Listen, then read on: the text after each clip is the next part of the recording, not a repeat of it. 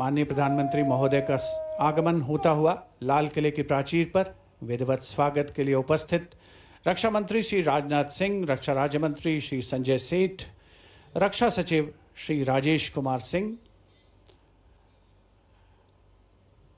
Guard of honour में थल सेना दस्ते की कमान संभाली है मेजर आदित्य शर्मा ने, नौ सेना दस्ते की कमान लेफ्टिनेंट कमांडर नीलम राणा और वायुसेना दस्ते की कमान स्क्वाड्रन लीडर विपिन कुमार संभाल रहे हैं। दिल्ली पुलिस दस्ते की कमान एडिशनल डीसीपी श्री विनीत कुमार संभाल रहे हैं। प्रधानमंत्री महोदय का विधिवत स्वागत लाल किले की प्राचीर पर रक्षा मंत्री श्री राजनाथ सिंह, रक्षा राज्य मंत्री श्री संजय सेठ, रक्षा सचिव श्री राजेश कुमार सिंह, जिन्होंने प्रधानमंत्री महोदय का परिचय कराया है Delhi GOC Delhi area lieutenant general Rajesh Sethi से, और अब गार्ड ऑफ ऑनर माननीय प्रधानमंत्री महोदय को पेश किया जाएगा।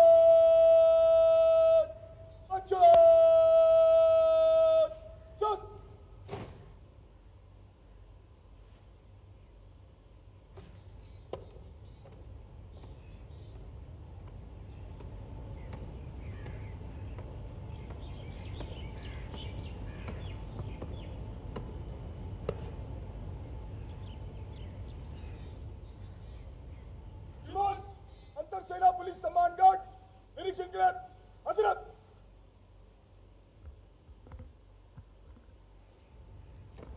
गार्ड कमांडर द्वारा माननीय प्रधानमंत्री महोदय से सलामी गारद के निरीक्षण का अनुरोध और उसे स्वीकार करके वे सलामी गारद की ओर बढ़ रहे हैं।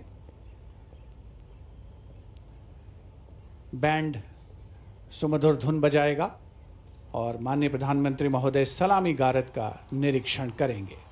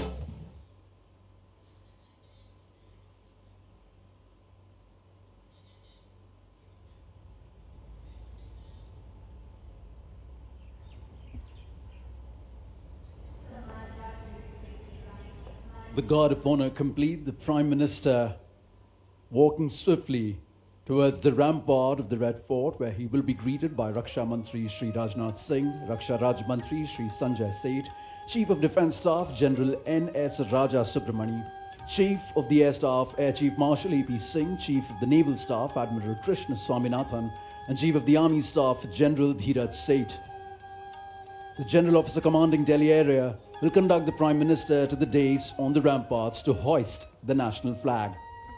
The Prime Minister, swiftly, smartly walking through the Lahori Gate, now moving towards the central courtyard right behind the ramparts of the Red Fort.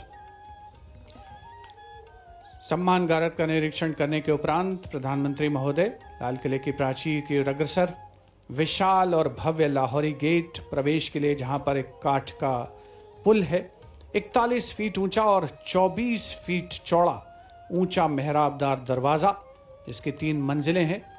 प्रधानमंत्री महोदय लाल किले की प्राचीर की ओर अग्रसर हो रहे हैं और कुछ ही समय के उपरांत वे यहां उपस्थित अपार जन समूह को संबोधित करेंगे, ध्वजारोहण करेंगे। Captain Sonia Singh Chauhan will assist the Prime Minister in hoisting the national flag. It will be synchronized with the 21-gun salute by the valiant gunners of the 172-1 Field Battery Ceremonial. The ceremonial battery, utilizing the indigenous 105mm light field guns, will be commanded by Major Pavan Singh Shekhawat. And the gun position officer will be Naib Subedar, Assistant Instructor in Gunnery, Anutosh Sarkar.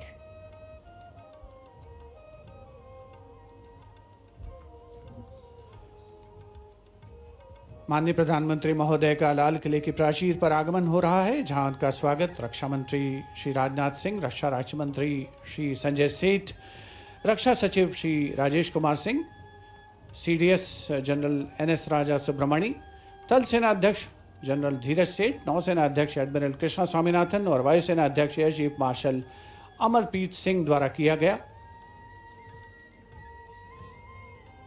प्राचीर की ओर अग्रसर हैं माननीय प्रधानमंत्री महोदय। अन्य विशिष्ट अतिथिगण अपने अपने निर्धारित स्थान की ओर अग्रसर होते हुए उपस्थित जनसमूह उत्सुक प्रतीक्षा करते हुए प्रधानमंत्री महोदय के उद्बोधन की। The moment that everyone has been waiting for, and happily so. The moment the Prime Minister will reach the central dais of the ramparts, the prime representative of 1 billion plus souls, where he shall hoist the national flag.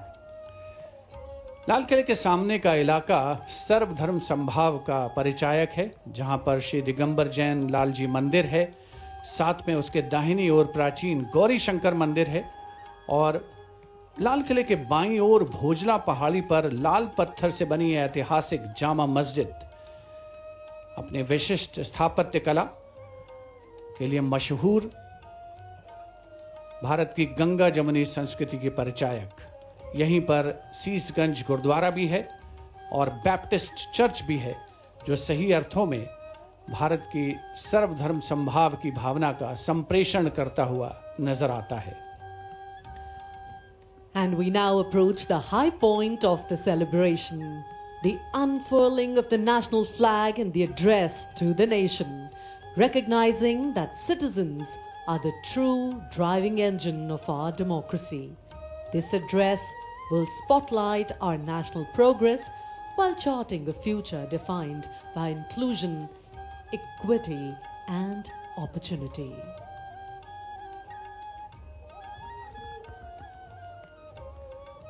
उपस्थित जनसमूह उत्कंठा से प्रतीक्षा माननीय प्रधानमंत्री महोदय के उद्बोधन की।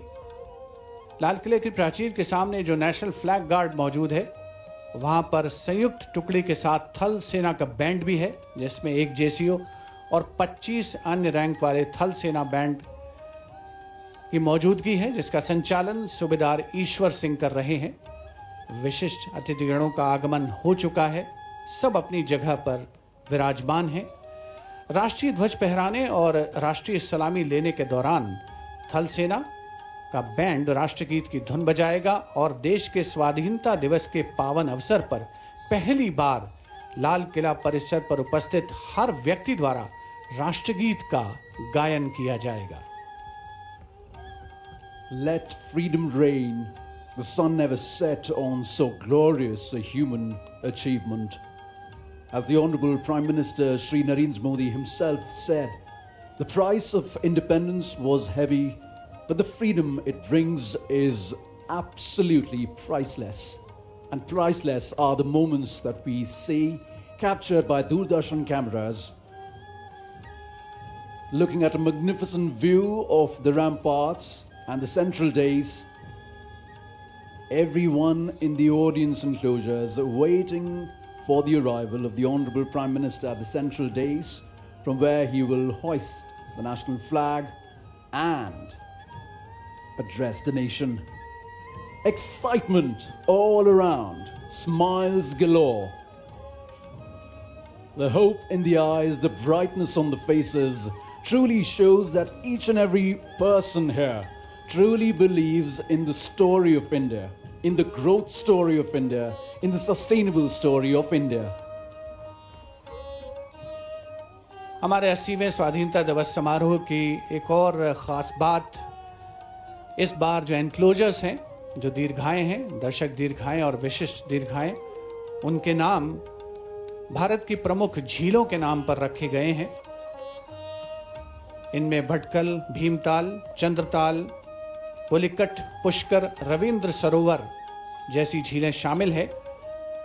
यहाँ पर उपस्थित जनसमूह आप देख सकते हैं कितने उल्लसित हैं, उत्साहित हैं इस समारोह का हिस्सा बन करके। गणतंत्र दिवस समारोह में 2026 का जो संस्करण था उसमें एनक्लोजर्स के नाम नदियों के नाम पर रखे गए थे और इसी परंपरा को आगे बढ़ाते हुए इस वर्ष स्वाधीनता दिवस समारोह में जो एनक्लोजर्स हैं उनके नाम भारत की प्रमुख झीलों के नाम पर रखे गए हैं। Especially for India's 80th Independence Day celebrations, a Surya Path Tiranga, a global digital and physical relay initiative was launched under the Har Ghar Tiranga campaign, which is truly a campaign that has brought India together.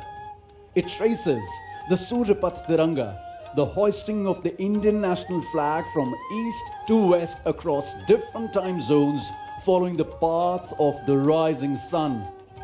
Just like the rising India, the rising Bharat that takes everyone together. It's not the one who forces anyone, but it shares a level of camaraderie, a sense of oneness. It truly believes in Vasudhaiva Kutumbakam, that the world is one family. A rising India, always better for a rising humanity. And now, the Prime Minister awaited at the central dais. Here he is, walking up the stairs, and he has reached the central dais for the flag hoisting.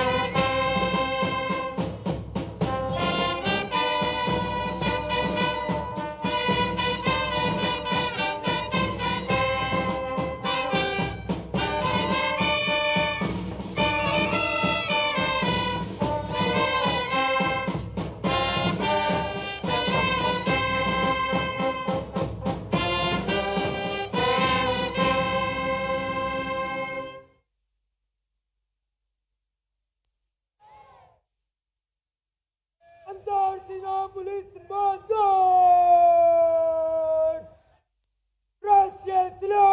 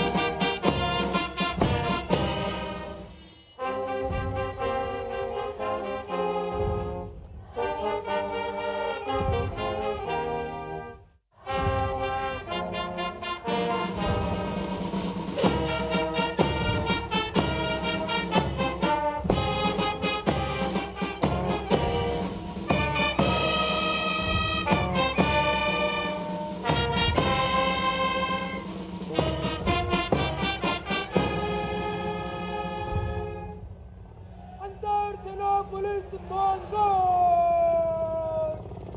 बजो जय अंतर सेना police Mangarh After the hoisting of the national flag by the Honorable Prime Minister and the 21-gun salute, flower petals being showered at the venue by two Mi-17 helicopters of the Indian Air Force, one trooping the national flag and the other trooping a flag depicting Vande Mataram. The captains of the helicopters, Wing Commander Rajat and Squadron Leader Ankit Varshane. What a sight to behold! Vande Mataram के 150 वर्ष पूरे होने के शुभ और पावन अवसर पर Mi-17 helicopters उनका झंडा लेकर आसमान में विलीन होते हुए और अब माननीय प्रधानमंत्री महोदय के उद्बोधन की प्रतीक्षा। प्रधानमंत्री महोदय विशिष्ट दर्शक दीर्घा में मौजूद विशिष्ट अतिथिगणों को अभिवादन करते हुए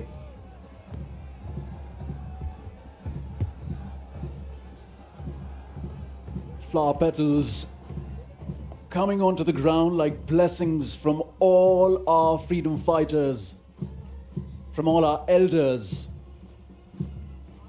Shri Bankim Chand Chatterjee's song Vande Mataram, which still unites, still reverberates in our hearts, still ignites the hearts with patriotism.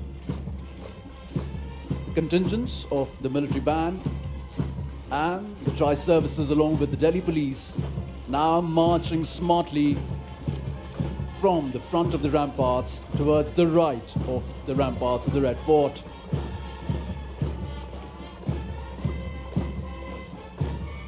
What a march, stoic and precise.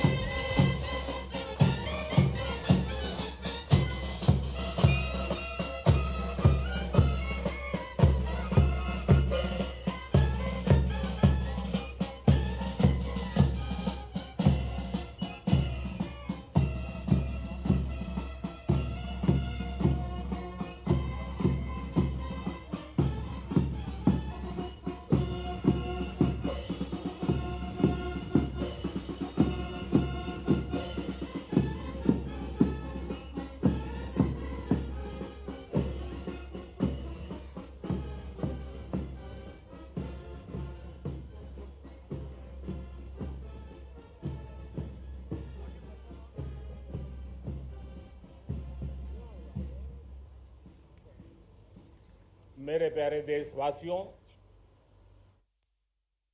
आज हम सब 80वां स्वतंत्रता दिवस मना रहे हैं। आज हर दिलों की धड़कन वंदे मातरम के नाद से गूंज रही।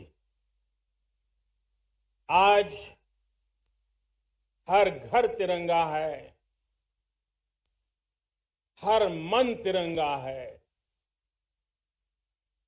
और देश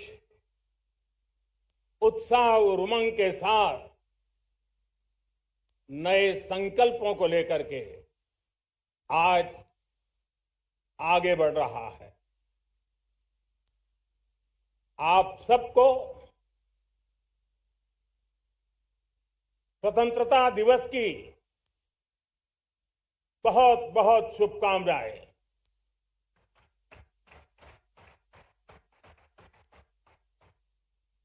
देश आज उन महान सपूतों का पुण्य स्मरण करती है जिन्होंने देश की आजादी के लिए त्याग बलिदान की पराकाष्ठा की।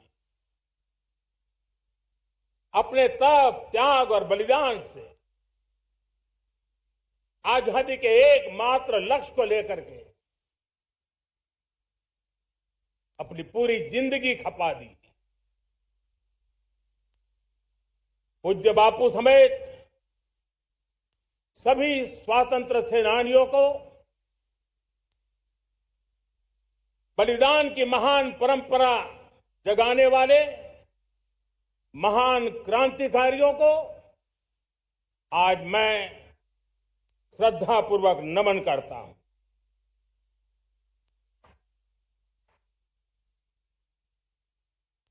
आज जो इस समारोह में उपस्थित है उन सब के लिए आज एक ऐतिहासिक पल भी है।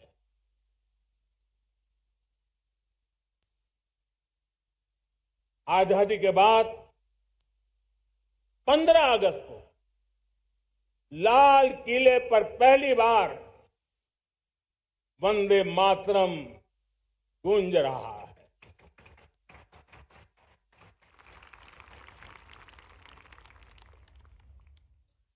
आज जब हम देश के लोग वंदे मातरम के 150 वर्ष मना रहे हैं तो इससे बड़ा उत्तम अवसर क्या हो सकता है। मेरे प्यारे देशवासियों, पिछले दिनों देश के कुछ हिस्सों में बाढ़ का प्रकोप रहा, भूस्खलन का प्रकोप रहा, अनेक परिवार प्रभावित हुए। उनके दुख दर्द को हम भली भांति अनुभव करते हैं।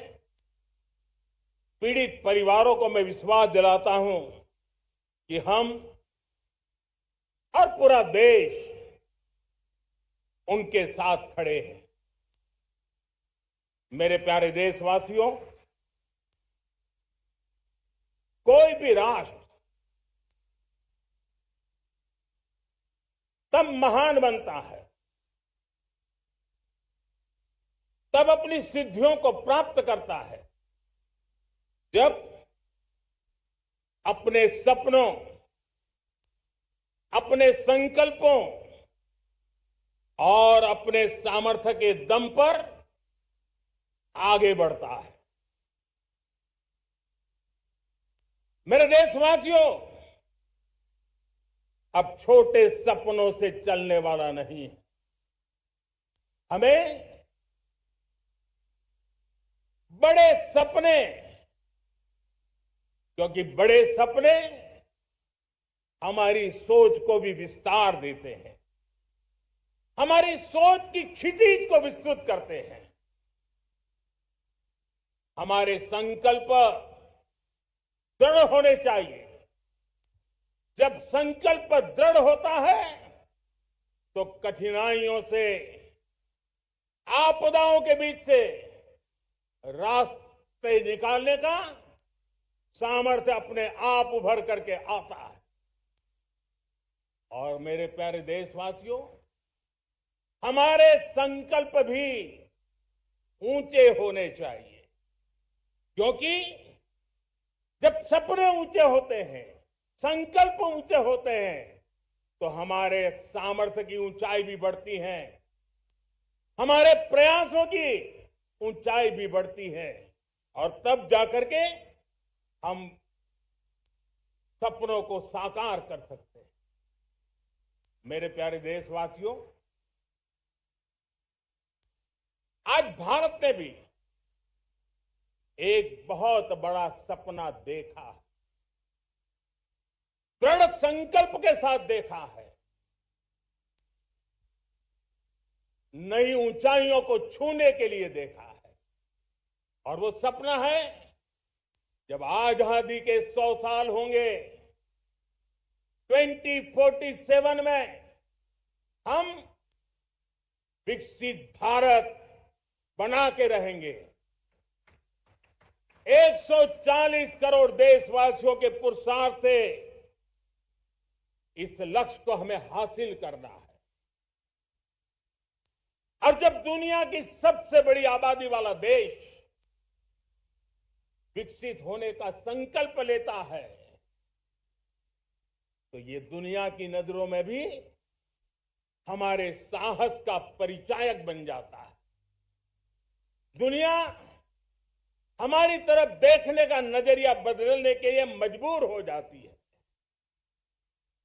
प्यारे देशवासियों, और मैं ऐसे ही नहीं कह रहा हूं।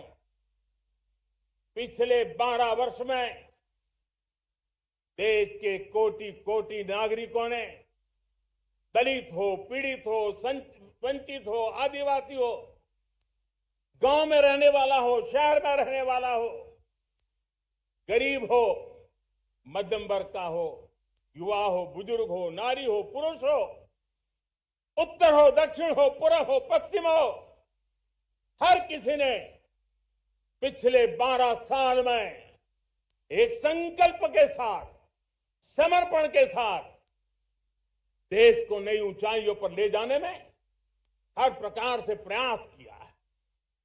मैं उनके इस प्रयासों का आदरपूर्वक स्वीकार करता, और उसी का परिणाम है कि इतने कम समय में 25 करोड़ देशवासी गरीबी को परास्त करके गरीबी से बाहर निकले हैं। इन्हीं देशवासियों का प्रयास का परिणाम है कि हम कभी फ्रेजाइल 5 में गिरे जाते थे। 12 साल के भीतर भीतर हम एक मेजर इकोनॉमी में फास्टेस्ट ग्रोइंग इकोनॉमी बन गए हैं। साथियों, देश आजाद हुआ, बहुत सारे सपने लेकर के आजाद हुआ, लेकिन हम गति नहीं पकड़ पाए, रफ्तार नहीं पकड़ पाए। होती है, चलती है, अरे हो जाएगा, देखा जाएगा, उसी में खोए रहे। 2014 तक आते आते तो पूरे विश्व ने हमें फ्रेजाइल 5 के उस में डंप कर दिया था। ऐसे समय पिछले 12 साल में भारत ने एक नई रफ्तार पकड़ी, तेज गति से हम आगे बढ़ रहे हैं, और देशवासियों का संकल्प है कि अब 140 करोड़ देशवासियों के संकल्प को, सामर्थ्य को रोकना नामुमकिन है। प्यारे देशवासियों, पिछले 12 वर्षों में डिफेंस प्रोडक्शन करीब 4 गुना, खादी और ग्रामोद्योग का उत्पादन करीब 5 गुना हुआ, इलेक्ट्रॉनिक मैन्युफैक्चरिंग करीब 7 गुना बढ़ा, आधुनिक रेलवे कोच का निर्माण 21 गुना बढ़ा, मोबाइल फोन उत्पादन 33 गुना बढ़ा। इतना ही नहीं, आधुनिक युग को देकर के भी डिजिटल और इनोवेशन की दुनिया में भी हमने अपना परचम लहराया। इंटरनेट कंज्यूमर करीब करीब 4 गुना बढ़े, पेटेंट ग्रांट होने की संख्या 4 गुना बढ़ी, डिजिटल ट्रांजैक्शन 100 गुना बढ़े। सामान्य मानवीय की सुविधाओं की तरफ भी हमने उतना ही गंभीरता से काम किया। हर साल औसतन 15 गुना ज्यादा तेजी से हमने नल से जल कनेक्शन दिए, हर साल औसतन 6 गुनी ज्यादा रफ्तार से लोगों को गैस कनेक्शन दिए, हर साल 4 गुनी रफ्तार से गरीबों के लिए टॉयलेट बनाने का काम किया, हर साल 3 गुना ज्यादा तेजी से गरीबों को घर देने का काम किया। देश ने गवर्नेंस में भी बहुत बदलाव लाया, हजारों की संख्या में कंप्लायंसेस खत्म किए, सैकड़ों की तादाद में पुराने कानून खत्म किए। पिछली शताब्दी के कानूनों से 21वीं शताब्दी की मार्च नहीं हो सकती। हमने आधुनिक इंफ्रास्ट्रक्चर के लिए मेट्रो का विस्तार किया, हमने पब्लिक ट्रांसपोर्ट को ताकत दी।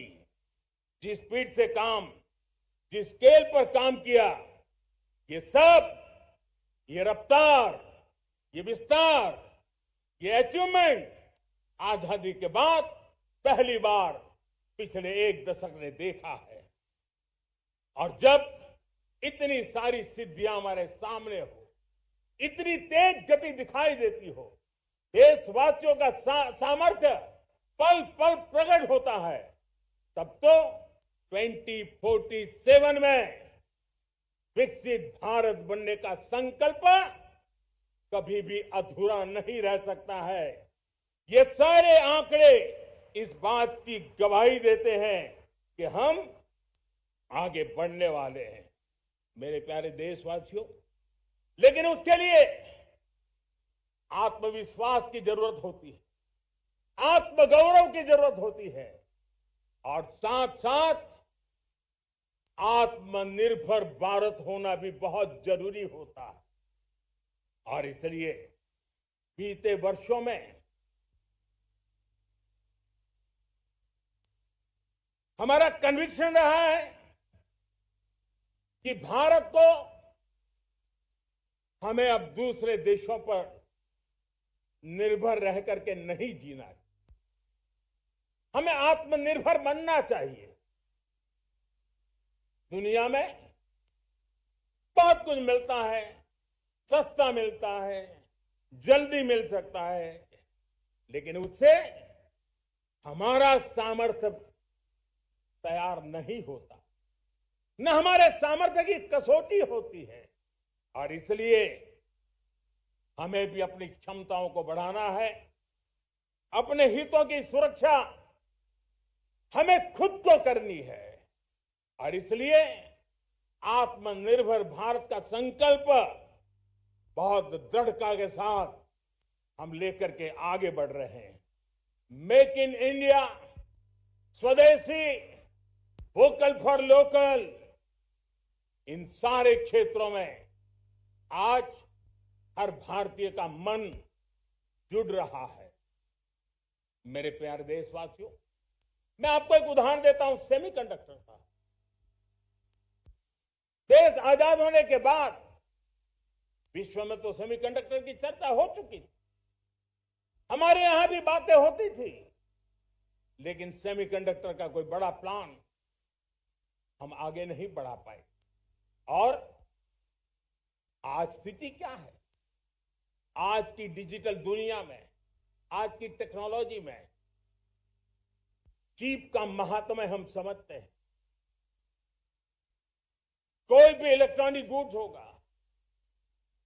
हमारे मेडिकल इक्विपमेंट होंगे, हमारे ट्रांसपोर्ट के रास्ते होंगे, हर किसी में चिप अनिवार्य है। और इस चिप के बिना दुनिया थम जाए ऐसी स्थिति पैदा हो। और इसलिए भारत ने आत्मनिर्भर होने की दिशा में अपना सेमीकंडक्टर प्लान, बड़ा सेमीकंडक्टर प्लान, 3 सेमीकंडक्टर प्लांट शुरू हो चुके हैं। और मुझे बताया गया है कि वहां जो प्रोडक्शन हो रहा है वह एक्सपोर्ट होना शुरू हो चुका है। और मैं देशवासियों को कहना चाहता हूं, आने वाले 7-8 वर्ष में और 5, 7 या 8 सेमीकंडक्टर प्लांट बहुत ही जल्द शुरू होने वाले। ये आत्मनिर्भर भारत हमें विकसित भारत की दिशा में जाने का महामार्ग देता है। मेरे प्यारे देशवासियों, वैसे ये चर्चा क्रिटिकल मिनरल की हो रही है।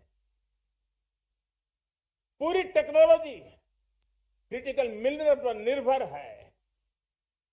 भारत इसमें भी अपने आप को सुरक्षित करने में जुटा हुआ है। क्रिटिकल मिनरल का लक्ष्य साझा किया जाए। नेशनल क्रिटिकल मिनरल ये हमने लॉन्च किया। बजट में क्रिटिकल मिनरल कॉरिडोर की हमने घोषणा की है। कई देशों के साथ एग्रीमेंट हो रहे हैं। विश्व के कई देश अब इस क्रिटिकल मिनरल के विषय में भारत के पर भरोसा करने लगे हैं। मेरे प्यारे देशवासियों, जैसे सेमीकंडक्टर की बात हो, क्रिटिकल मिनरल की बात हो, वैसे ही जिस टेक्नोलॉजी की दिशा में हम जा रहे हैं, दुनिया जा रही है, उसमें एनर्जी का महत्व और बढ़ता चला जा रहा है। अब एनर्जी के बिना भी नई दुनिया को चलाना मुश्किल है और इसलिए हमें चिप हो, एआई हो, डेटा सेंटर हो, हमें बहुत बड़ी मात्रा में बिजली की जरूरत होगी। एनर्जी सिक्योरिटी ये हमारे समय की मांग है और इसलिए हमने पहले से ही उस दिशा में एक के बाद एक मजबूत कदम उठाए हैं। एनर्जी सिक्योरिटी का एक बड़ा माध्यम है परमाणु ऊर्जा, न्यूक्लियर एनर्जी। हमने पार्लियामेंट में शांति एक्ट पास कर करके एक नए लक्ष्य तरफ जाने का रास्ता तय कर लिया है।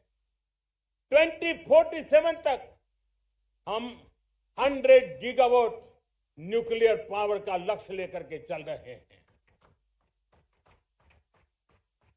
इसी एक दशक में हम 5 नए न्यूक्लियर रिएक्टर शुरू करने का लक्ष्य लेकर के चल रहे हैं।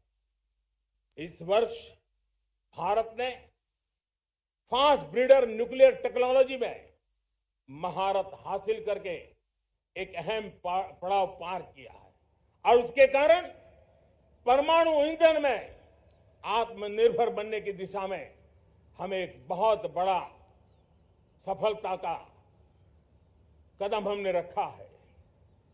मेरे प्यारे देशवासियों,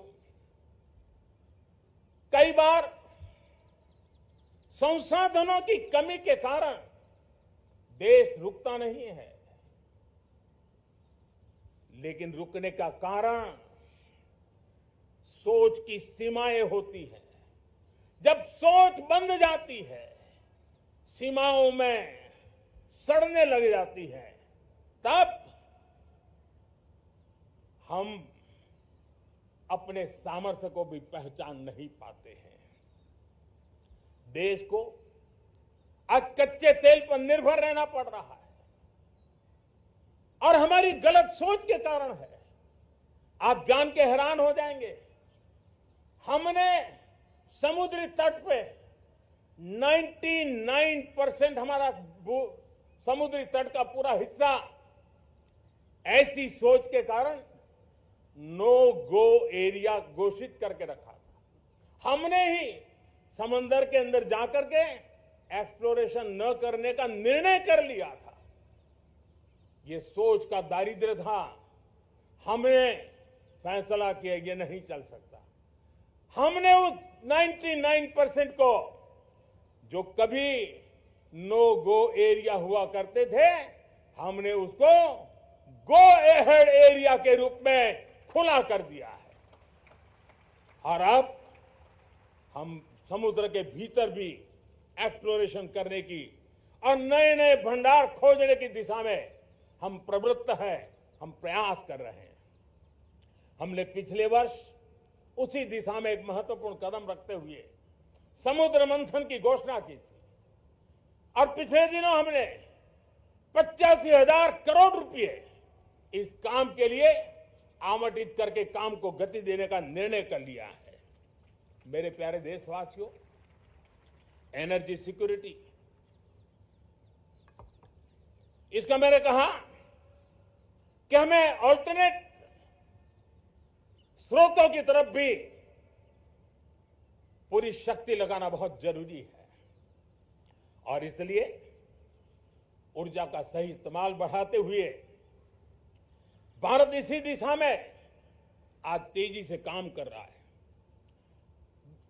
2014 से पहले, मतलब आज से 12 साल पहले, हमारे देश में सिर्फ 70 शहरों में पाइप से गैस की व्यवस्था थी, पाइप से गैस डिस्ट्रीब्यूशन होता था। 12 साल में इन 70 शहरों को हमने 700 शहरों तक पहुंचा दिया है। ये होती है रफ्तार, ये होता है विस्तार। 2014 के पहले मुश्किल से 20-22 लाख घरों में पाइप से गैस पहुंचता था। आज 2.25 करोड़ घरों में पाइप से गैस पहुंचाने का काम हो रहा है। 12 वर्ष पहले देश में सोलर एनर्जी की कैपेसिटी सिर्फ 2 गीगावाट थी। 2 गीगावाट, आज 160 गीगावाट हमने प्राप्त किया है लक्ष्य। मेरे प्यारे देशवासियों, मैं एक और जानकारी देता हूं। हमने इसका लाभ देश के मध्यम वर्ग को, सामान्य परिवार को मिले, इस तरफ भी उतना ही ध्यान केंद्रित किया। हमने पीएम सूर्यघर मुफ्त बिजली योजना चालू की और आज मुझे संतोष है कि इतने कम समय में 50 लाख घरों का सोलर एनर्जी का काम हम आंकड़ा पार कर चुके हैं। तेजी से चल रहा है और उसके कारण हजारों घरों का बिजली बिल 0 हो गया है। हजारों घर अपनी बिजली का उपयोग करने से अतिरिक्त बिजली आज बेच करके कमाई कर रहे हैं। हर परिवार को हम इस काम के लिए 80,000 रुपया सरकार की तरफ से एक एक परिवार को मदद दी जा रही है, तब जाकर के हम इस काम को पूरा कर रहे हैं। मेरे प्यारे देशवासियों, आपको जानकर के हैरानी होगी, ये जो हमारी रेलवे है उसका इलेक्ट्रिफिकेशन का काम हमारे देश में 1925 में शुरू हुआ था। 1925 में इलेक्ट्रिफिकेशन का काम शुरू हुआ, लेकिन 90 साल में 1925 से लेकर के 90 साल में सिर्फ 30% रेल का इलेक्ट्रिफिकेशन हुआ था। यानी 90 साल में 30%। हमारी रफ्तार देखिए, लक्ष्य को पाने के लिए हमारी दौड़ देख लीजिए। हमने एक दशक के अंदर 100% काम पूरा कर दिया। 90 साल में 30%, 10 साल में 70%, ये होता है काम। और इसके कारण डीजल जो हमें बाहर से लाना पड़ता है उसकी बचत हुई, बिजली से हमारी ट्रेनें चली, पर्यावरण को फायदा होने लगा। मेरे प्यारे देशवासियों, हम यहां से नहीं रुके हैं, हम दुनिया के अंदर पीछे रहना नहीं चाहते। पिछले दिनों आपने खबर सुनी होगी, भारत ने ईंधन का नया क्षेत्र को भी छू लिया है। देश ने पहली हाइड्रोजन से चलने वाली ट्रेन शुरू कर दी है और मुझे खुशी है, ये सबसे लंबी ट्रेन है और सबसे ताकतवर ट्रेन है और दुनिया में हाइड्रोजन ट्रेन के क्षेत्र में भी भारत ने अपना झंडा गाड़ दिया है। प्यारे देशवासियों, पिछले 10-12 साल हम लगातार 2047 के लक्ष्य को पाने के लिए दौड़ रहे हैं, एक के बाद एक सोपान सिद्ध कर रहे हैं। हमने सोचा भी नहीं था कि हमें इसमें भी कुछ मुसीबतों का झेलना पड़ेगा। पिछले 10-12 वर्ष में कितने संकटों का सामना करना पड़ा।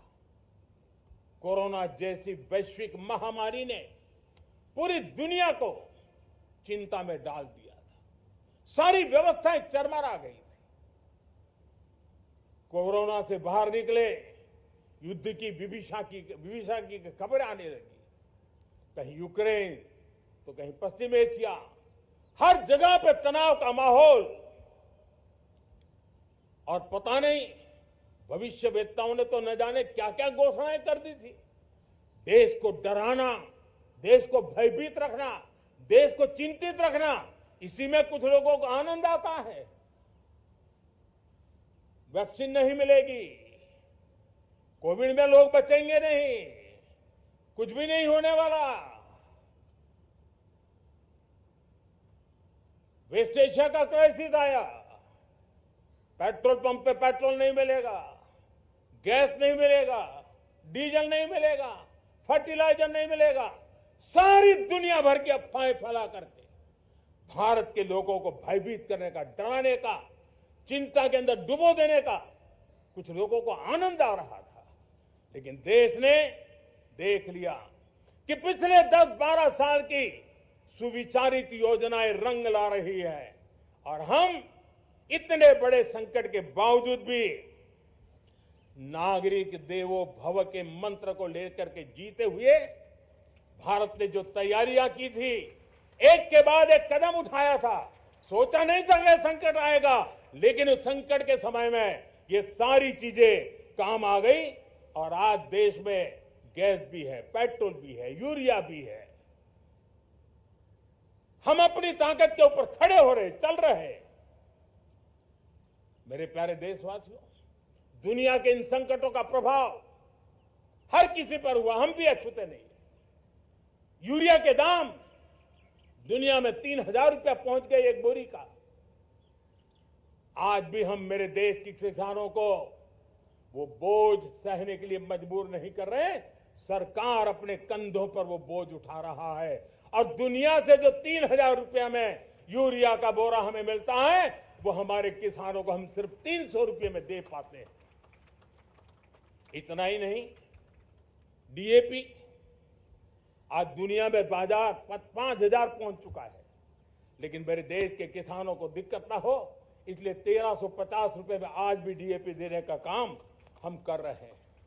मेरे प्यारे देशवासियों, एक समय था जब मैं आत्मनिर्भरता की बात कर रहा था तो कुछ लोग एयर कंडीशन चैम्बर में बैठ करके सोचने वाले लोग हमें बता रहे थे ग्लोबलाइजेशन का क्या होगा। लेकिन दुनिया देख रही है कि पिछले एक दशक में ऐसा लग रहा है कि दुनिया ने ग्लोबलाइजेशन बोलना ही बंद कर दिया है। जहां से ग्लोबलाइजेशन की आवाज आती थी वो बंद सुनाई नहीं देती है। दुनिया का हर देश अपनी अपनी संभालों के मिजाज की तरफ गया है। लेकिन दुर्भाग्य से इस संकट के कालखंड में कुछ लोगों ने अपना रुतबा दिखाने के लिए संसाधनों को वेपनाइज करने का खेल खेला है। दुनिया अपने पास जो कुछ भी है उसको वेपनाइज करने में लगी है। संसाधनों का वेपनाइज, रिसोर्स का वेपनाइज, पेट्रोल, डीजल, फर्टिलाइजर, दवाइयां, टेक्नोलॉजी की चिप्स, इतना ही नहीं, भूभाग को भी वेपनाइज किया जा रहा है। और ऐसे समय अगर हम आत्मनिर्भरता मंत्र को लेकर 10 साल सही दिशा में न चले होते तो हम कल्पना कर सकते हैं कि ऐसी चुनौतियों का मजबूती से मुकाबला कैसे करते हैं। और हमारी तैयारियां निरंतर बढ़ती जा रही है। मेरे प्यारे देशवासियों, दूसरी तरफ आज भारत का प्रोफाइल पूरी तरफ बढ़ रहा है। आज भारत दुनिया के लिए एक स्वीकृत और सम्मानीय देश के रूप में बन रहा है। भारत के पास स्थिर पॉलिटिकल मैंडेट है, स्थिर सरकार है, भारत का वाइब्रेंट लोकतंत्र है, भारत का मजबूत न्याय तंत्र है और हम सबको दिशा देने वाला भारत का संविधान है। और अब दुनिया हमारे इन सामर्थ्य को पहचानने लगी है और इसलिए 2014 के बाद दुनिया करीब करीब 40 देशों के साथ हमारा FTA एग्रीमेंट हो रहा है। अब देखिए कितना बड़ा अवसर आया है, लेकिन ये जो ट्रेड एग्रीमेंट्स हुए हैं ये एक बहुत बड़ा अवसर है और इसलिए खास करके मैं मेरे MSMEs को कहना चाहूंगा कि हमें इस मौके को छोड़ना नहीं है। दुनिया में हमें पहुंचना है, भारत के उत्पाद की हर चीज विश्व के बाजार में पहुंचे और चाहे हमारा टेक्सटाइल हो, हमारी मशीनरी हो, हमने दवाइयां हो, हमने मौका छोड़ना नहीं है। लेकिन वैश्विक जो पैरामीटर्स हैं उस पैरामीटर को हमें पार करना होगा। हमें दुनिया से जो मिलता है उसे अच्छा देना पड़ेगा, दुनिया में जो मिलता है उसे सस्ता देना पड़ेगा। और पंजाब के लुधियाना से लेकर के तमिलनाडु के तिरुपुर तक हमारा टेक्सटाइल सेक्टर दुनिया में पहुंच सकता है। इतना ही नहीं, केरलम से लेकर के गुजरात और तमिलनाडु से लेकर के बंगाल, ये हमारा समुद्री तट, हमारे मछुआरे भाई बहन आज इस FTA के कारण हमारे श्रिप यानी झींगा उसके एक्सपोर्ट की बहुत संभावना बनी है। हमारे सी फूड की दुनिया में पहुंच बनने की संभावना पड़ी हुई है और इसलिए मैं चाहूंगा कि हम इस परिस्थिति का फायदा उठाते हुए, हम आगे चलते हुए हम इन कामों को पार करने के लिए प्रयास करें। मेरे प्यारे देशवासियों, मैंने जो भूमिका आपके सामने रखी है उसके पीछे 2047 का लक्ष्य इन मजबूत नींव पर खड़ा है। 2047 विकसित भारत का लक्ष्य हमने पिछले 10-12 साल में देशवासियों ने जो सामर्थ्य दिखाया है उस सामर्थ्य का हिस्सा है। और इसलिए मेरे प्यारे भाइयों बहनों, सदी का 1/4 हिस्सा बीत चुका है और अगला 1/4 हमारे लिए अत्यंत महत्वपूर्ण है। अब हम रुक नहीं सकते हैं, हमारी गति नहीं रुक सकती है, हमारी दिशा तय हो चुकी है, हमें प्राप्त करके रहना है। और इसके लिए हमें अपना वर्क कल्चर बदलना होगा, हमारे वर्क कल्चर को बदलते हुए हमें हमारी सोच को भी बदलना होगा, हमें हमारे काम की गति को भी बदलना होगा। जो काम पिछले 5-7 दशक में नहीं हुए हैं वो काम हमें आने वाले 5-7 साल में करने हैं। और मेरा भरोसा है मेरे देश की युवा शक्ति पर, मेरे देश के नौजवानों पर, मेरे देश की माताओं को बहनों पर, मेरे देश के किसानों पर, मेरे देश के मजदूरों पर कि हम इस सपने को साकार कर सकते हैं। और इसलिए हमें रिफॉर्म की गति को भी आगे बढ़ाना है। और जब मैं रिफॉर्म की बात कर रहा हूं, रिफॉर्म नहीं हमारे लिए कोई कंपल्सन है, नहीं रिफॉर्म ये हमारे लिए कोई बजबड़ है, हमारे लिए रिफॉर्म ये कन्विक्शन है।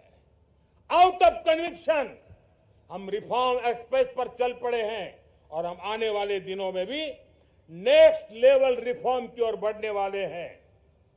और इसलिए सरकार, समाज, उद्योग, उत्पादक, किसान, हर किसी ने अपनी ट्रेडिशनल व्यवस्थाओं में रिफॉर्म करना पड़ेगा, सोच में रिफॉर्म करना होगा, अपने लक्ष्यों को रिफॉर्म करना होगा। और इसलिए मेरे प्यारे देशवासियों, हमें एक निश्चित दिशा में को लेकर के चलना होगा। मैं आज उस युग को भी याद करना चाहूंगा जब देश भारत का सामर्थ्य सप्त सिंधु के रूप में हम जानते थे, हम समझते थे, हम सुनते थे। अब विकसित भारत बनाने के लिए हमें नई धारा चाहिए। आज लाल किले की प्राचीर से मैं देश के सामने शक्ति की सप्तधारा का आवाहन करता हूं।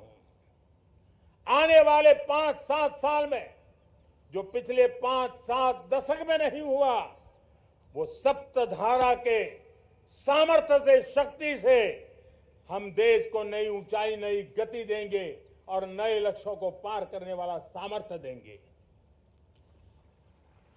और इसके साथ साथ देश की युवा शक्ति का सामर्थ्य का भरपूर राष्ट्र निर्माण में उपयोग होगा। उनकी शक्ति जोड़ी जाएगी। आने वाले दिनों में जब मैं सप्तधारा की बात करता हूं, सप्तधारा की पहली शक्ति है मैन्युफैक्चरिंग पावर।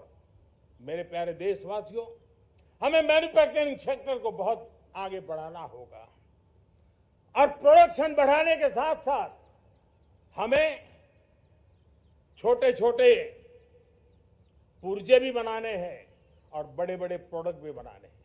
पूरा वैल्यू चेन हमारा होना चाहिए और उसे लेकर के चलना।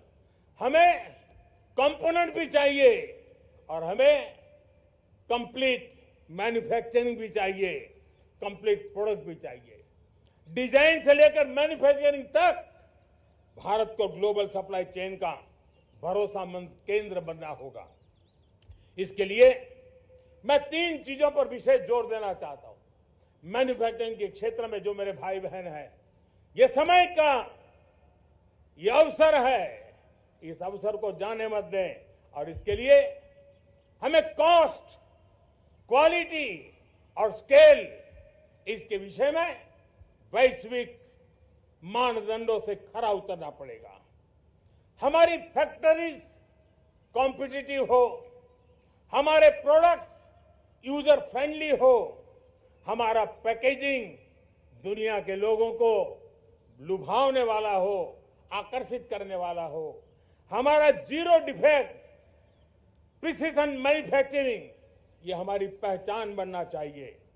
हर मैन्युफैक्चरर, हर एंटरप्रेन्योर, हर एमएसएमई से मैं कहना चाहता हूं, ग्लोबल मार्केट में हमारी पहचान विश्वसनीयता और गुणवत्ता के आधार पर होनी चाहिए। क्वालिटी के संबंध में नो कॉम्प्रोमाइज, और इसलिए हमारा मंत्र क्वालिटी, क्वालिटी, क्वालिटी होना चाहिए। यही हमारा ग्लोबल ब्रांड वैल्यू बनेगा। मेरे प्यारे देशवासियों, इस सप्तधारा की दूसरी शक्ति है कृषि और फूड प्रोडक्शन,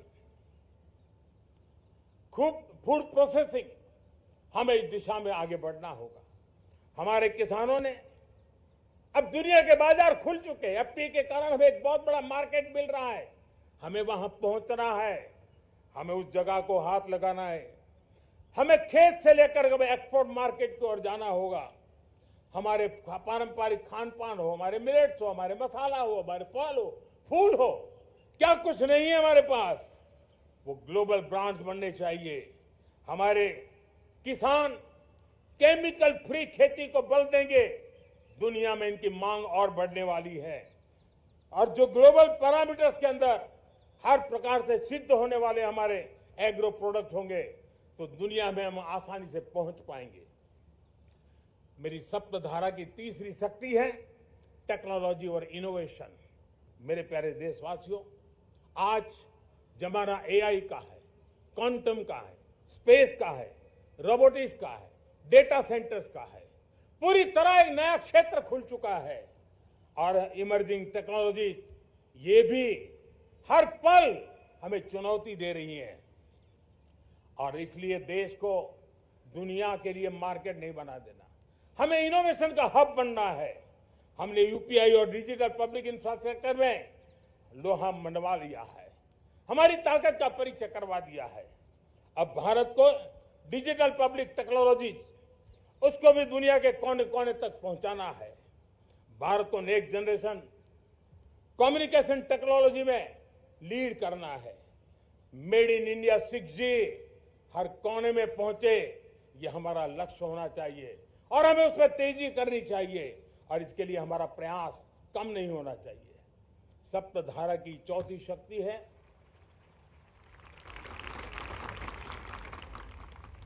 गति शक्ति।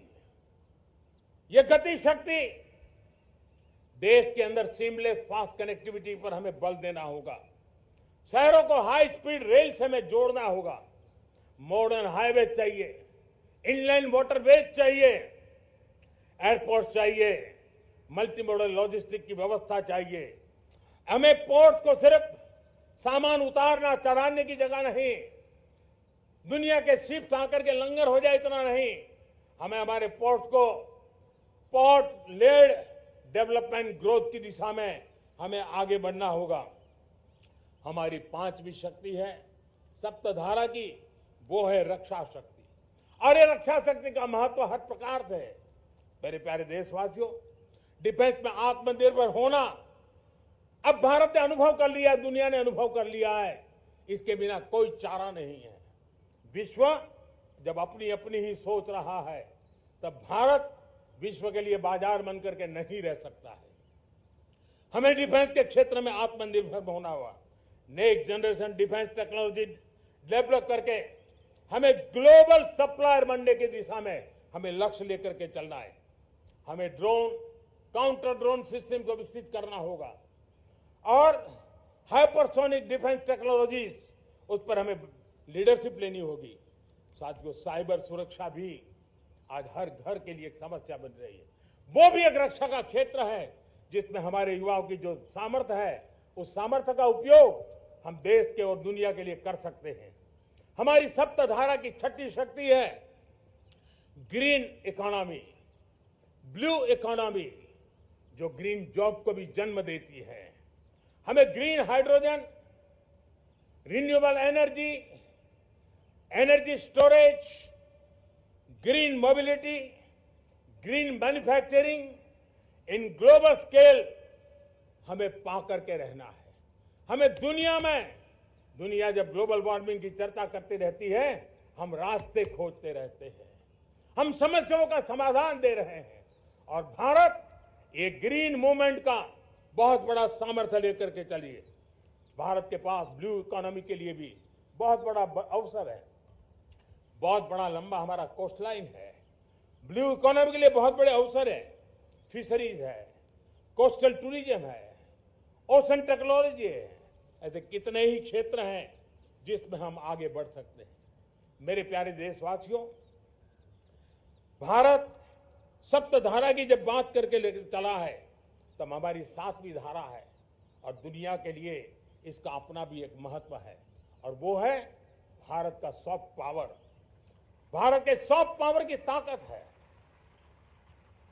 आज योग ने पूरी दुनिया को भारत के साथ जोड़ के रखा हुआ है। योग दुनिया के लिए एक ऊर्जा बनता जा रहा है, भारत के लिए विश्वास का बड़ा कारण बनता जा रहा है।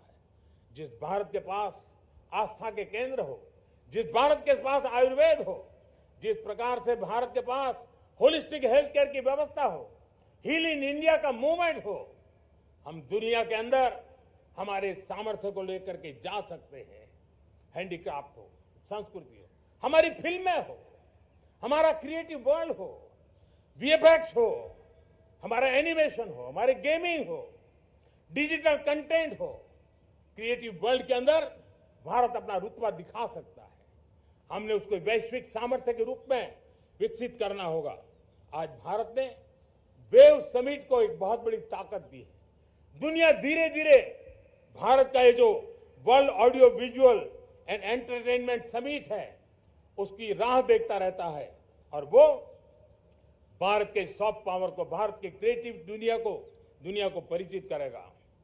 मेरे प्यारे देशवासियों, भारत के पास विशाल वन्य संपदा है। हमारे पास 100 से ज्यादा नेशनल पार्क है। क्षमता बहुत है, लेकिन विदेशी टूरिस्टों को आकर्षित करने में हम कम पड़े हैं। हमें मौका है हमारे सॉफ्ट पावर के माध्यम से दुनिया के टूरिस्टों को भारत के लिए आकर्षित करने का। हमारा सामर्थ्य हमें दुनिया को दिखाना है। हम ये काम आरा से करें, और हम जल्द से जल्द हम इन लोगों, आज दुनिया में स्पोर्ट्स की जो है, वो भी एक बहुत बड़ा भारत के प्रति आकर्षण का केंद्र। दुनिया के स्पोर्ट्स इवेंट भारत में क्यों ना हो। कॉन्स्टेंट इकोनॉमी बहुत बढ़ रही है, देश के नौजवानों का आकर्षण है। विश्व का हर कोई कलाकार चाहता है कभी न कभी भारत की धरती पर अपना कॉन्सर्ट करे। ये बहुत बड़ा अवसर है, हमें इसको मोबिलाइज करने के लिए व्यवस्थाएं खड़ी करनी होगी। साथियों, सप्तधारा की इन 7 शक्तियां, सप्त शक्तियां, उद्देश्य सिर्फ एक सेक्टर में प्रगति करने का नहीं है। एक होलिस्टिक अप्रोच के साथ हमें राष्ट्र को जो लक्ष्य लेकर के हम चल रहे हैं, जो एम्बिशन लेकर के चल रहे हैं, उस स्केल को हमें पार करने की दिशा में काम करना है। मेरे प्यारे देशवासियों, कुछ चीजें मैंने बताई हैं, लेकिन मैं इससे भी आगे सोचता हूं। मैं जरा देश को झकझोरना चाहता हूं। मैं देश की शक्ति को भी झकझोरना चाहता हूं। देश यानी सिर्फ सरकार नहीं होती है, देश यानी हर नागरिक जुड़ता है। क्या हम सोच नहीं सकते कि फॉर्च्यून 500 की चर्चा तो बहुत सुनते हैं, आने वाले एक दशक में इन फॉर्च्यून 500 में 50 कंपनियां भारत की क्यों न हो, ये लक्ष्य हमारा क्यों न होना चाहिए। आज बैंकिंग सेक्टर फल फूल रहा है। दुनिया की टॉप बैंक के अंदर भारत की बैंक का झंडा भी क्यों न फहरता हो। भारत की बैंक भी टॉप बैंक 5 बैंक में भारत की भी एक बैंक होनी चाहिए। भारत की फार्मा की दिशा में हमने बहुत काम किया है, लेकिन समय की मांग है कि दुनिया की 5 बड़ी फार्मा कंपनियों में भारत की भी 1-2 फार्मा कंपनियों का नाम गूंजना चाहिए। भारत उसमें अपना स्थान बनाना चाहिए। लॉ फर्म्स होते हैं, रेटिंग एजेंसी होती है। क्या समय की मांग नहीं है कि ग्लोबल लीडरशिप अब हमारे हाथ में होनी चाहिए? टैलेंट है, सामर्थ्य है, हमारा लंबा इतिहास भी है, भाषाओं पर हमारा प्रभुत्व है। हमें विश्व में पहुंचना चाहिए। हमारी कोई कंसल्टिंग फर्म, अकाउंटिंग फर्म दुनिया के टॉप फर्म्स के अंदर क्यों नहीं होनी चाहिए? भारत की टेक्नोलॉजी कंपनियां दुनिया के अंदर सिरमौर हो, यह हमारा लक्ष्य होना चाहिए। हमारे ऐसे ब्रांड हो जिससे दुनिया आकर्षित होती हो, हमारे ब्रांड हमारे देश की पहचान हो और विश्व के लिए एक डेस्टिनेशन बन जाए, उस दिशा में हमें काम करना है। और इसके लिए मैं राज्य सरकारों को कहना चाहता हूं, मैं स्थानिक स्वराज की संस्थाओं को कहना चाहता हूं, भारत सरकार का भी यह दायित्व है कि हमें हमारे रिफॉर्म की गति बढ़ानी होगी। हमें 2047 के लक्ष्य के अनुरूप हमारी व्यवस्थाओं को विकसित करना होगा। हमें बीते हुए काल के नीति नियमों से नहीं चल सकते, हमें आने वाले सपनों के हिसाब से नीति नियमों को गढ़ना होगा। और इसको अगर हम गढ़ेंगे तो मुझे पूरा विश्वास है और मैं देशवासियों को भरोसा देता हूं, इसी रास्ते मेहनत में कोई कमी न करते हुए हम विकसित भारत का सपना पार करके रहेंगे। हमें सबको मिलकर के चलना है। केंद्र सरकार हो, राज्य सरकार हो, इंडस्ट्री हो, हम सब ने मिलकर के आगे बढ़ना है। हमें रिफॉर्म्स करते रहना है, रिफॉर्म्स को आगे बढ़ाते रहना है। और मैंने पहले भी कहा था, हम रिफॉर्म कंपल्सन से नहीं, कन्विक्शन से कर रहे हैं, लक्ष्य को प्राप्त करने के लिए कर रहे हैं। मेरे प्यारे देशवासियों, जब मैं विकसित भारत की बात कर रहा हूं, देश को तेज गति से आगे बढ़ाने की बात कर रहा हूं, उसका सबसे बड़ा लाभार्थी कौन है? इन सारे प्रयासों का सबसे बड़ा साधक कौन है? अगर साधक है तो मेरे देश का युवा है, मेरे देश की युवा शक्ति है। विकसित भारत की यात्रा में युवाओं की बहुत बड़ी भूमिका है। इतना ही नहीं, विकसित भारत का सबसे बड़ा लाभार्थी भी मेरे देश का युवा है। और इसलिए हमें विकसित भारत के लक्ष्य को युवाओं के साथ जोड़ करके आगे बढ़ाना है। युवाओं हमारी सर्वोच्च प्राथमिकता के साथ हमें आगे बढ़ना है। साथियों, पिछले 10-12 साल में उस दिशा में बहुत कुछ हुआ है।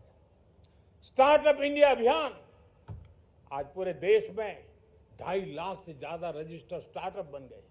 देश के नौजवान खुद तो काम कर रहे हैं, अनेकों को रोजगार दे रहे हैं। 1 लाख करोड़ रुपया इनोवेशन फंड भारत सरकार ने घोषित किया है।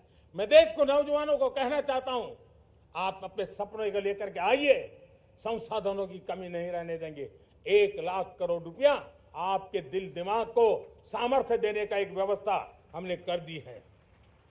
रिसर्च के नए अवसर मिले, डिजिटल इंडिया के नए सस्ते डेटा, ये युवाओं को सशक्त किया। दुनिया में सस्ता डेटा कहीं है तो भारत की धरती पर है, और देश के नौजवानों को नई ताकत दी है। स्किल इंडिया हमने नेशनल प्रोग्राम बनाया है, स्पेस सेक्टर को हमने ओपन कर दिया, नेशनल ड्रोन पॉलिसी हमने बनाई है, खेलो इंडिया पॉलिसी बनाई है। 35 वर्षों तक एजुकेशन पॉलिसी नहीं थी, नई एजुकेशन पॉलिसी लेकर के आए हैं, और इसका फायदा मिडिल क्लास के परिवारों को हुआ है। साथियों, 2004 से 14 आंकड़ा मुझे देना चाहिए आपको। 2004 से 14 हमारे देश में 350 से भी कम यूनिवर्सिटी थी, और आज 10-12 साल के भीतर करीब 650 नई यूनिवर्सिटी जुड़ चुकी है।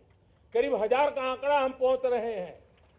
2014 के पहले मेडिकल की सिर्फ 400 सीटें हुआ करती थी, आज करीब 850 सीटें मेडिकल की हो रही है। इतना ही नहीं, अब विदेशी यूनिवर्सिटी भी भारत की धरती पर आ रही है।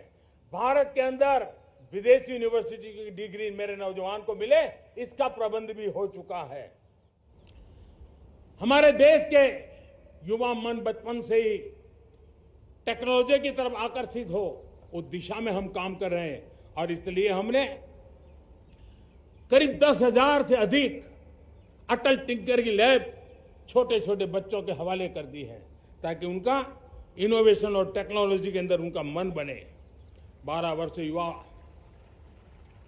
हमने अनेक रास्ते खोले, हम स्टार्टअप ओपन कर दिया। आपने देखा होगा भारत के प्राइवेट स्टार्टअप 28 साल की एवरेज उम्र के बच्चों ने, नौजवानों ने दुनिया में पहले ही ट्रायल में अपना सैटेलाइट लॉन्च कर दिया और रॉकेट लॉन्च कर दिया। उन्होंने बहुत बड़ा काम कर दिया साथियों।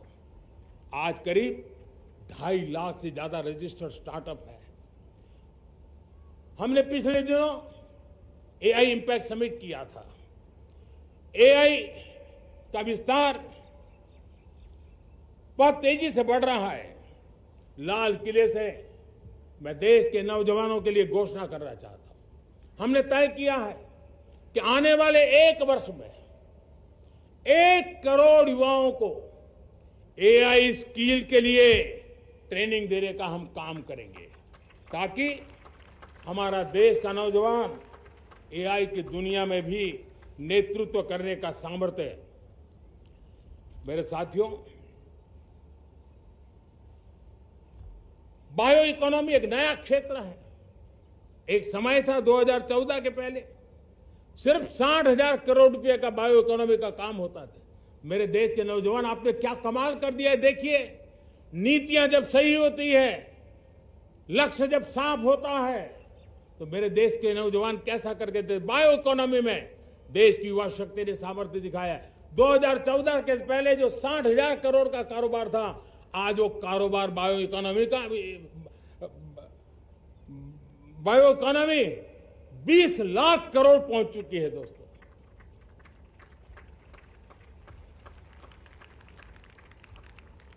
दो 2009-10 का कालखंड था, सिर्फ 25 लाख इलेक्ट्रिक व्हीकल हमारे देश में बिके थे।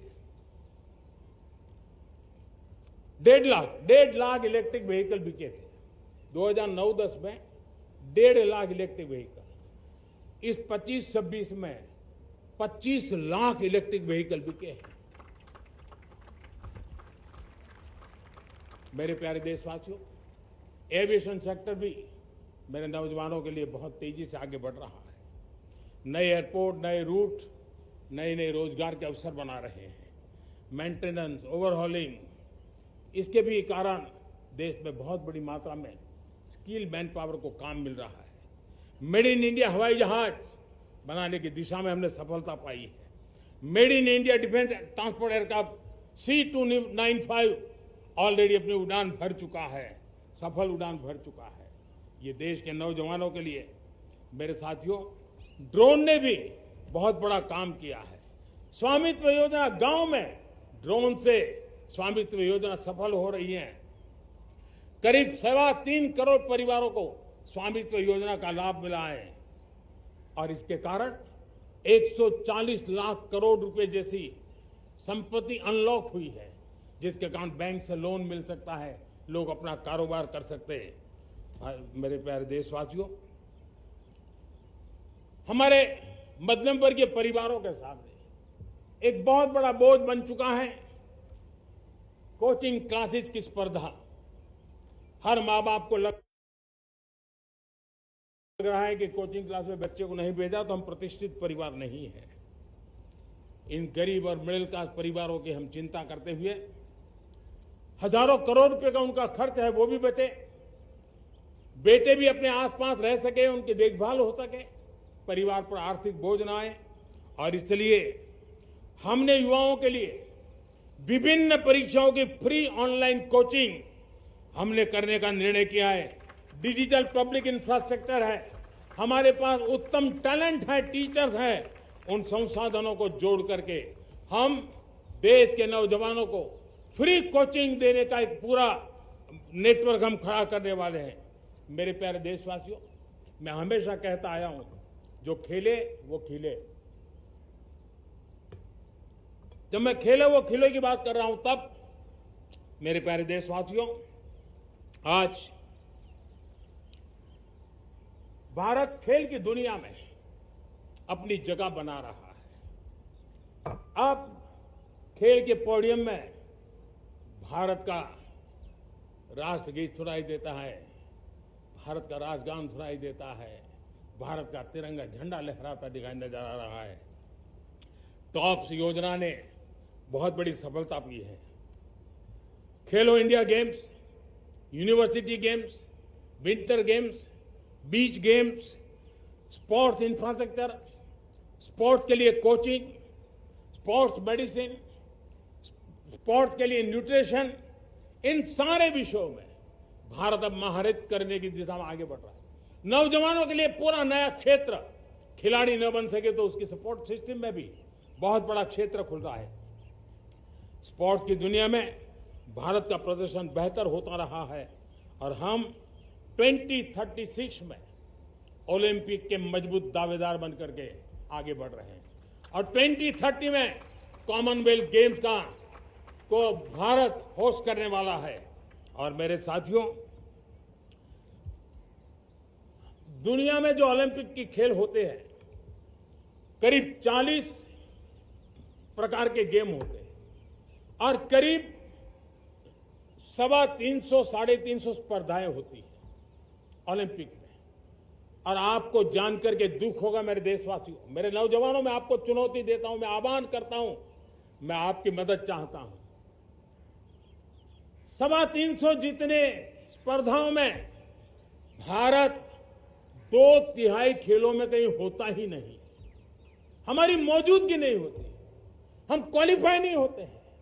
हमने तय किया है कि 2036 में जो ओलंपिक होगा, हम चाहते हैं कि वो भारत में हो, लेकिन 2036 में जिन विधाओं में आज भारत खेलता नहीं है, जिन विधाओं में भारत क्वालिफाई नहीं करता है, जिन स्पर्धाओं में भारत ने छोड़ के रखा है, 3/4 हिस्सा हमारे इंतजार कर रहा है, भारत उस पर बल देगा।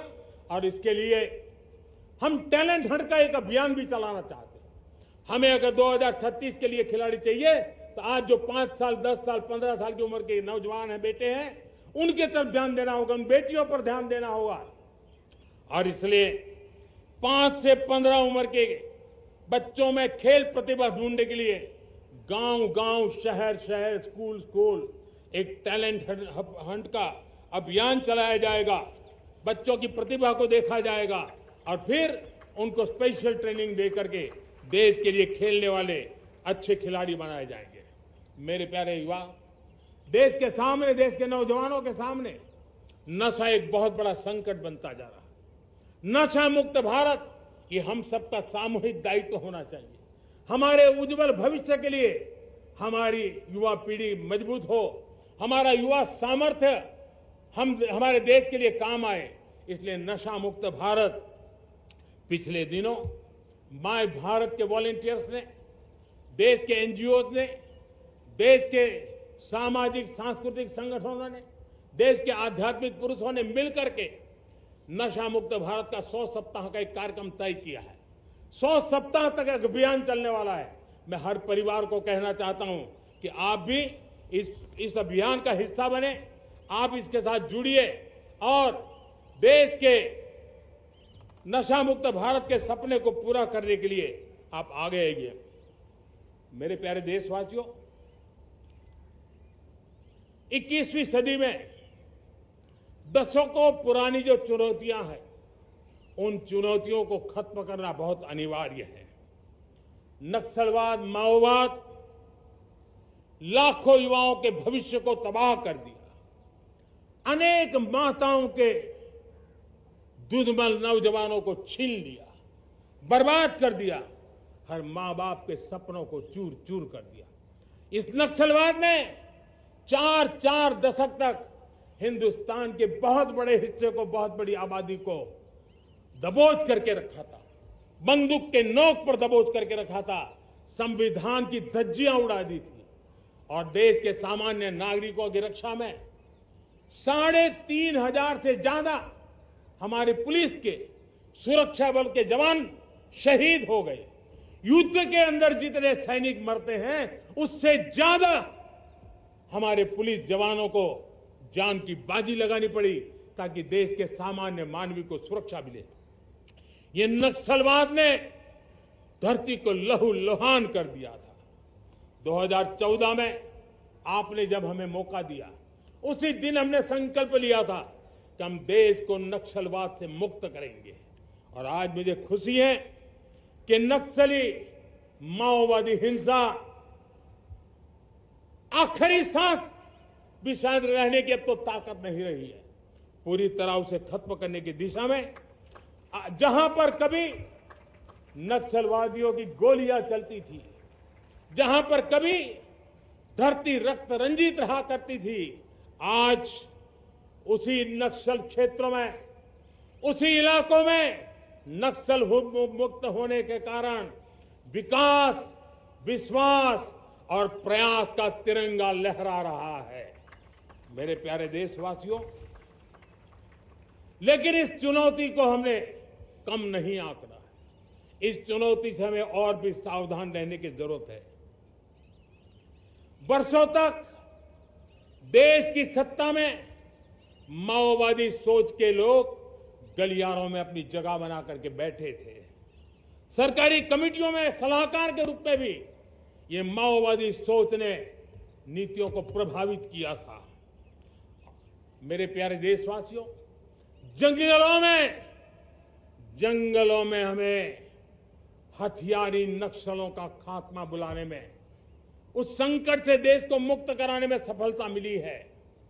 लेकिन हथियारी नक्सल तो गए, लेकिन दिमागी नक्सल, ये दिमागी नक्सल मौके की तलाश में है, हिंसा अराजकता के वो रास्ते खोज रहे हैं, समाज को गलत राह पर घसीटने के लिए भांति भांति के दांव कर रहे हैं।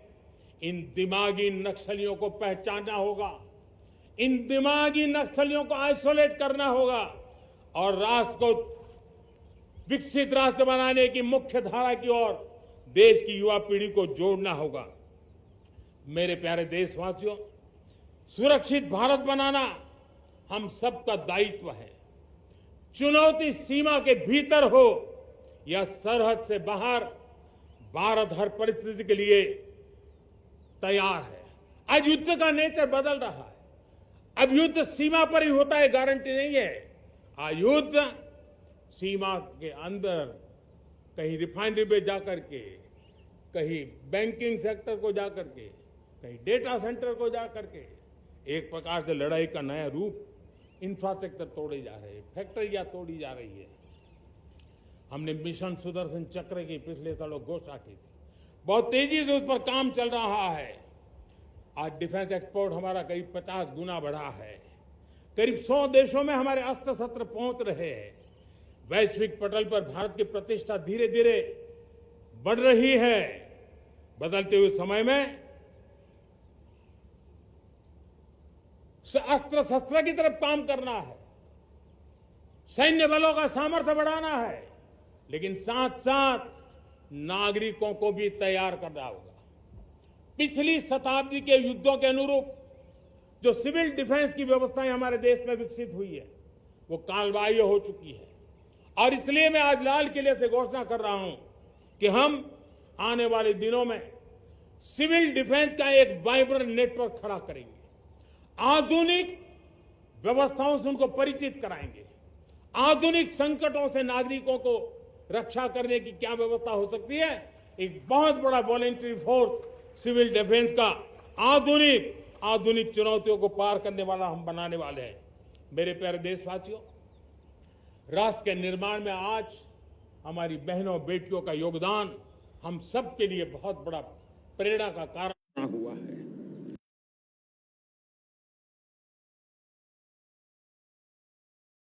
सबसे आगे दिखाई दे रही, दिखाई दे स्टेम एजुकेशन में भर्ती होने की प्रक्रिया हो, सबसे ज्यादा हमारी बेटी आगे दिख रही है। आज सेना में भी एनडीए से जो बच्चियां निकली हैं वो बड़े रौब के साथ देश की सेना का नेतृत्व करने का सामर्थ्य दिखाने लगी है। मेरी बेटियों की ताकत कैसी है। मैं पिछले दिनों साणंद में एक सेमीकंडक्टर प्लांट में गया, वहां आदिवासी बेटियां, देश के अलग अलग कोने से आई हुई बेटियां काम कर रही थी। वो उस गांव से आई थी जिन्होंने पासपोर्ट क्या होता है पता तक नहीं था।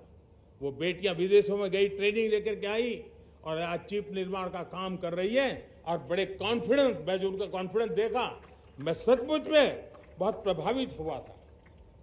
आज 3 करोड़ बहनों को हमने लखपति दीदी बनाने का लक्ष्य तय किया था, उसको पार कर लिया।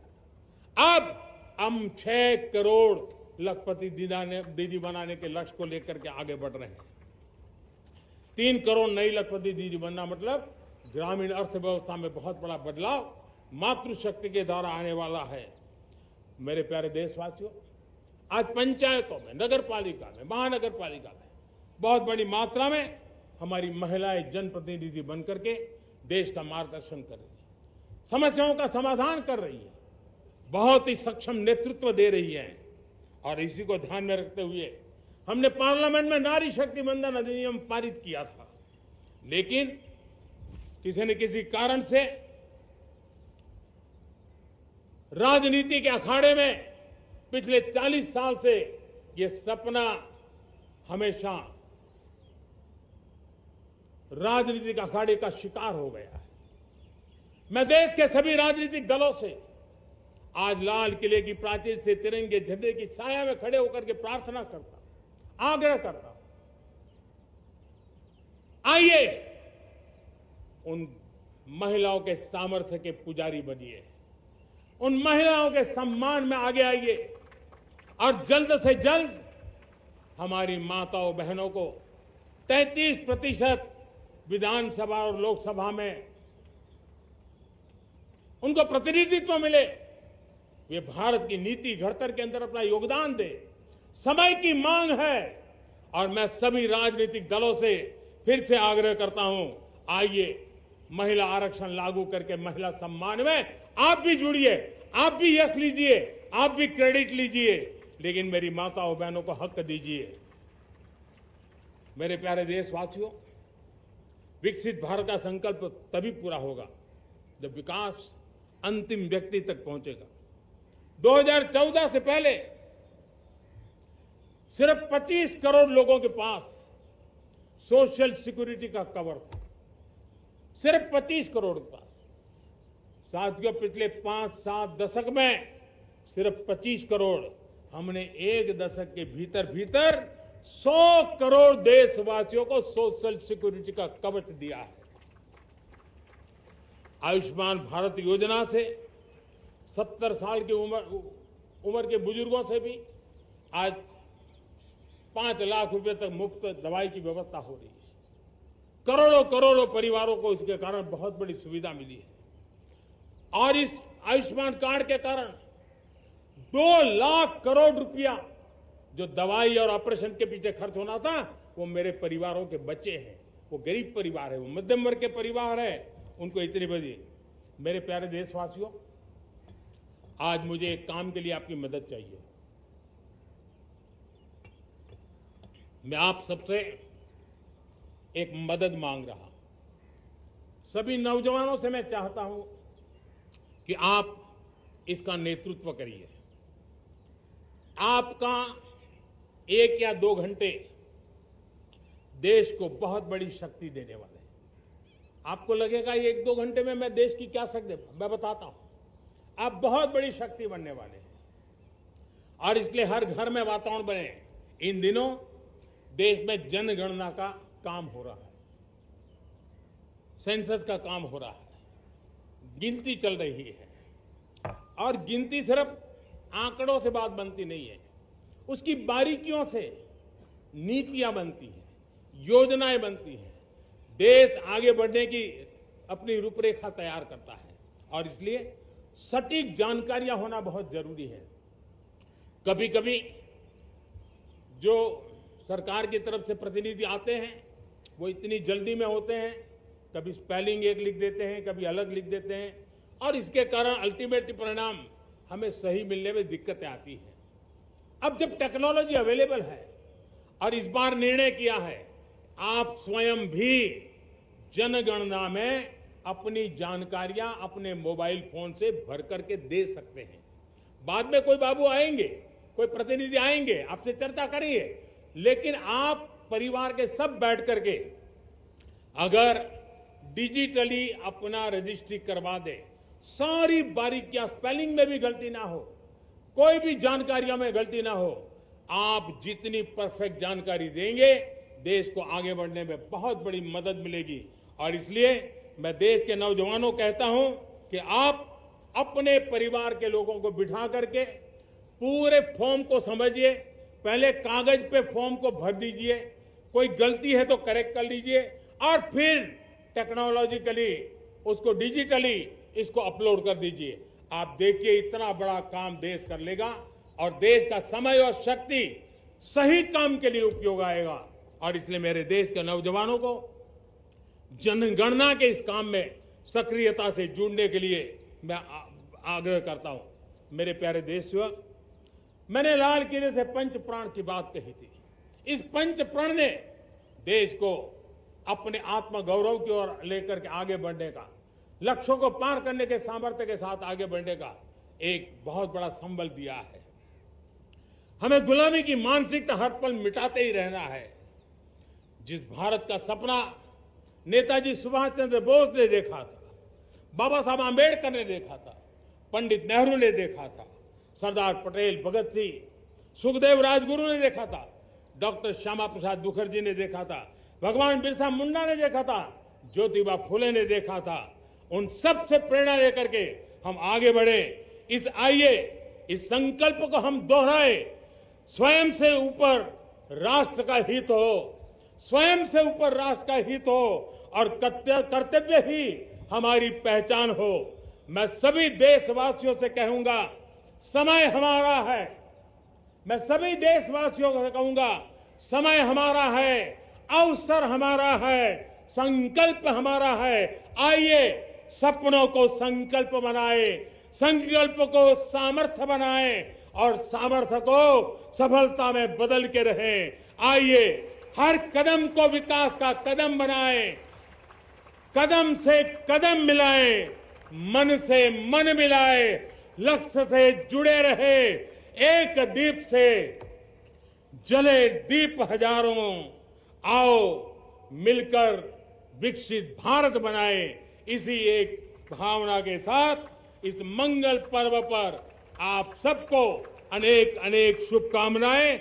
मेरे साथ बोलिए, भारत माता की, भारत माता की, भारत माता की, वंदे वंदे वंदे। बहुत बहुत धन्यवाद।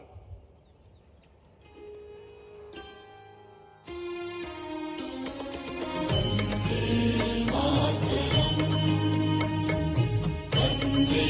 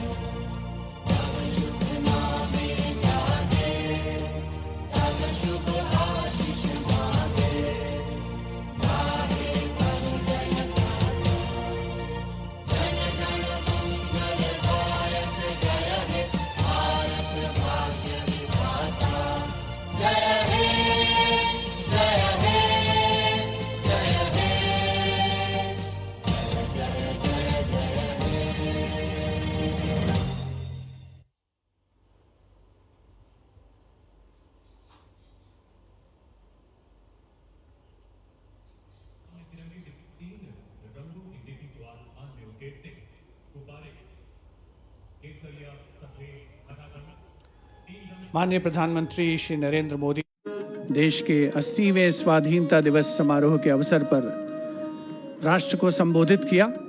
राष्ट्र की एकता और अखंडता के प्रतीक तिरंगे के